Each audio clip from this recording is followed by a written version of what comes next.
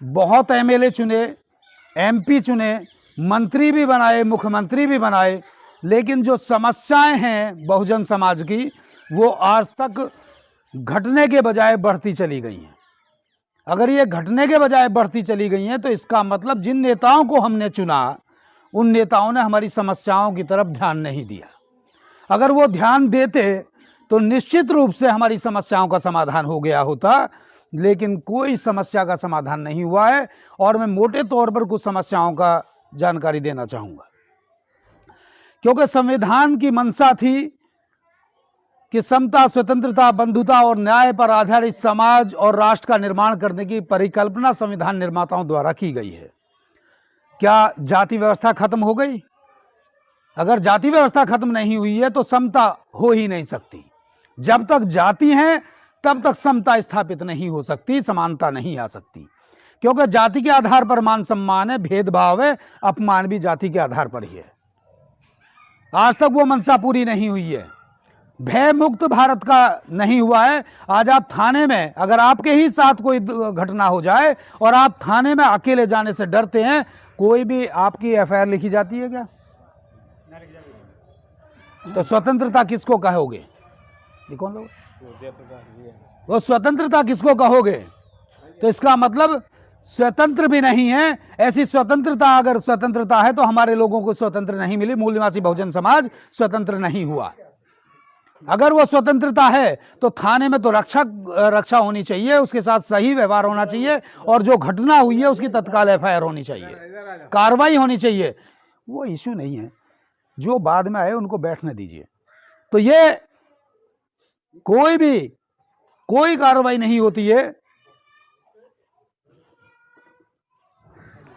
न्याय पर आधारित समाज का राष्ट्र तभी निर्माण होगा जब समता स्थापित होगी, अन्यथा जातिगत आधार पर ही न्याय होता है, न्याय निर्णय होते हैं। आंकड़े पूछकर देख लीजिए। तो भारत के संविधान की जो मंशा थी आज तक लागू नहीं हुई। आप कम से कम SC ST के 131 सांसद रिजर्वेशन की बदौलत चुनकर हर बार संसद में जाते हैं।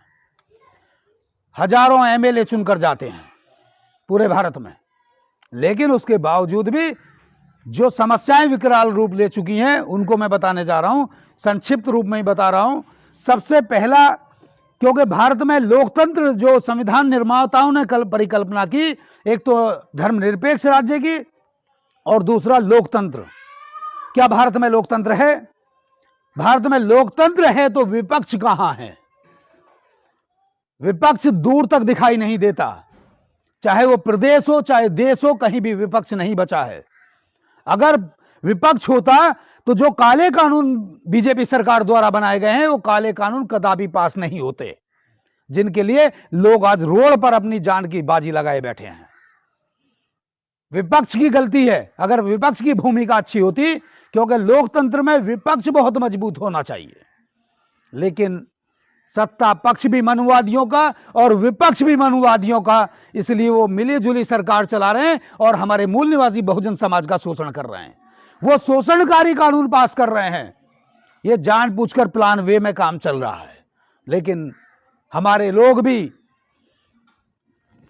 जैसे अभी मैंने एक कहानी मैंने पढ़ी थी कहीं से कि एक राजा था। राजा वो इस बात से परेशान रहता था कि मेरी जनता बिल्कुल सोई हुई है, कोई सवाल नहीं पूछती। तो उसने जहां पुल के निर्माण की जरूरत नहीं थी वहां पुल निर्माण कराना शुरू कर दिया कि हो सकता है कि लोग इस पर सवाल खड़ा करें, लेकिन किसी ने सवाल नहीं खड़ा किया। पुल बनकर तैयार हो गया लेकिन कोई सवाल नहीं आया। तो उसने कहा कि ऐसे नहीं मानेंगे, तो फिर जूते मारने वाले 2 लोगों को जूते मार, जो भी पुल पे से गुजरेगा उसको 2 जूते लगेंगे। इस पर भी किसी ने सवाल खड़ा नहीं किया। तो एक दिन जब काफी समय हो गया तो 2-4 लोग आते हुए राज दरबार की तरफ दिखाई दिए। तो राजा बड़े प्रसन्न हुए, बोला शायद अब मेरी जनता जागरूक हो गई है, आज सवाल खड़ा करेंगे। तो बोले हाँ बताओ। राजा ने कहा कि बताओ क्या समस्या है? बोले साहब समस्या कुछ ना है, समस्या कुछ ना है, जूते मारने वालों की संख्या कम है, जाम लग जाता है, जूते मारने वालों की संख्या बढ़ा दी जाए। तो भारत का समाज इस टाइप का मूल निवासी बहुजन समाज बन चुका है। सवाल खड़ा नहीं करता। जब एनआरसी का कानून बनाया, ये काले कानून बनाए, तो विपक्ष गायब था। अगर ये काले कानून बने तो विपक्ष की भूमिका क्या रही? काले कानून नहीं बनते। और ये जो 131 सांसद भी चुनकर जाते हैं, ओबीसी के भी चुनकर जाते हैं, एसटी के भी चुनकर जाते हैं, माइनॉरिटी के भी चुनकर जाते हैं, अगर ये विरोध में मतदान करते तो एक भी कानून पास नहीं होता। समाज से चुनकर गए ना, सामाजिक हितों को ध्यान में रखना चाहिए। इसके लिए नहीं भेजा कि तुम पार्टी का ही केवल प्रतिनिधित्व करोगे। अगर पार्टी के आधार पर जीत कर दिखाओ तो हम मान लेंगे सामाजिक दृष्टिकोण से जीत कर जाते हो, लेकिन वो बोलते नहीं है।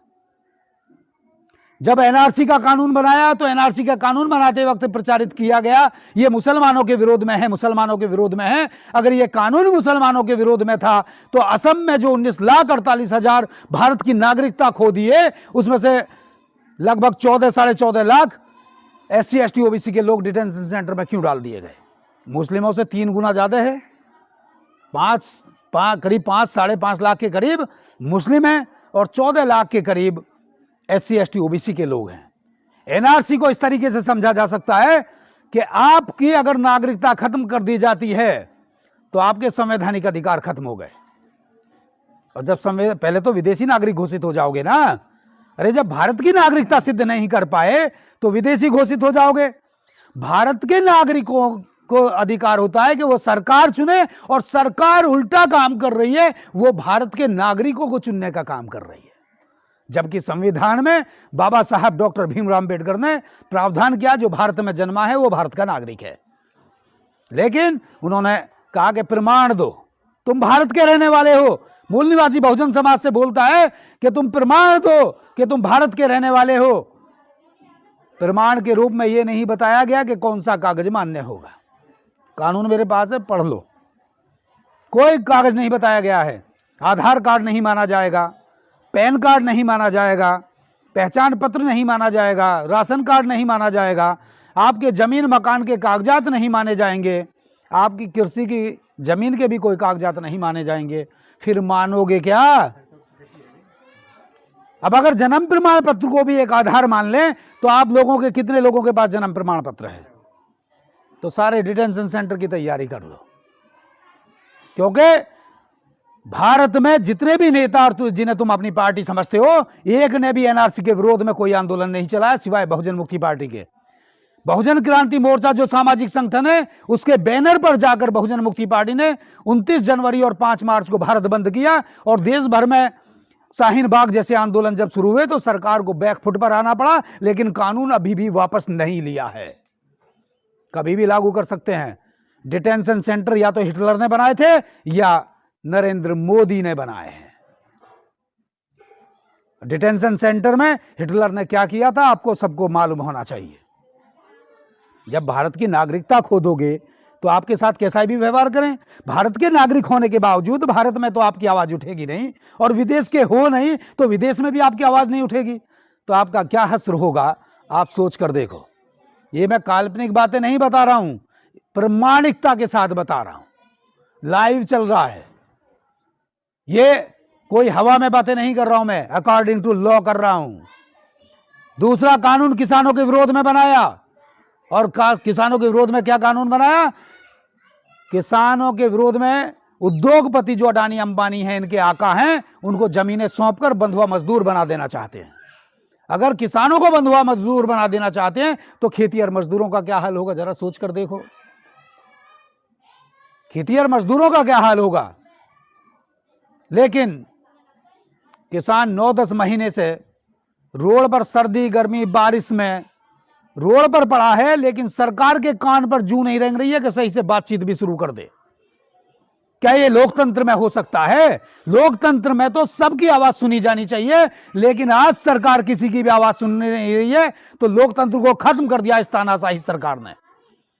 बीजेपी की जो तानाशाही सरकार है, इसने लोकतंत्र को खत्म कर दिया है। अन्यथा किसानों के फायदे का बिल बताते हो कि ये तो हमने किसानों के फायदे के लिए बनाया है, और किसान विरोध कर रहे हैं, तो किसान विरोध कर रहे नहीं चाहते ना तुमसे फायदा, किसानों के बिल को वापस क्यों नहीं लेते हो? लेकिन क्यों नहीं लेंगे? क्योंकि गोदाम अडानी अंबानी के पहले ही बनकर तैयार हो चुके हैं, बिल बाद में आया है। आप समझ लो क्या हालात होने वाले हैं।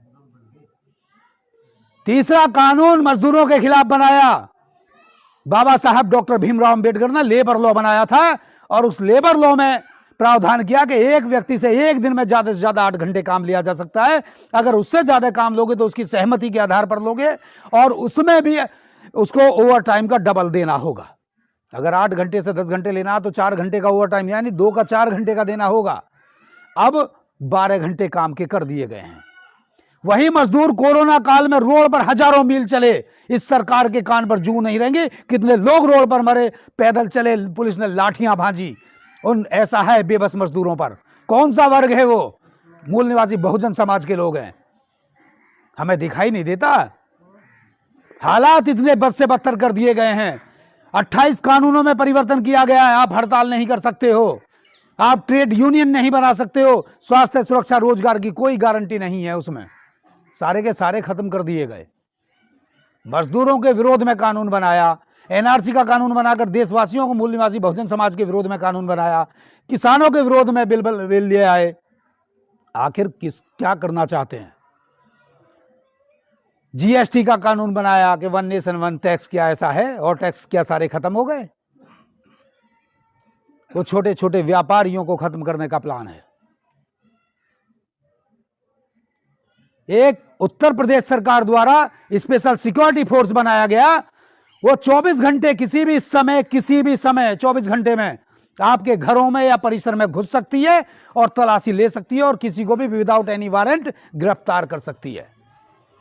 ये तो संविधान में नहीं है, कानून तो इसकी अनुमति नहीं देता। फिर भी संविधान को ताक पर रखकर ऐसे कानून बनाने का काम कर रहे हैं ये लोग। कहां संविधान लागू है?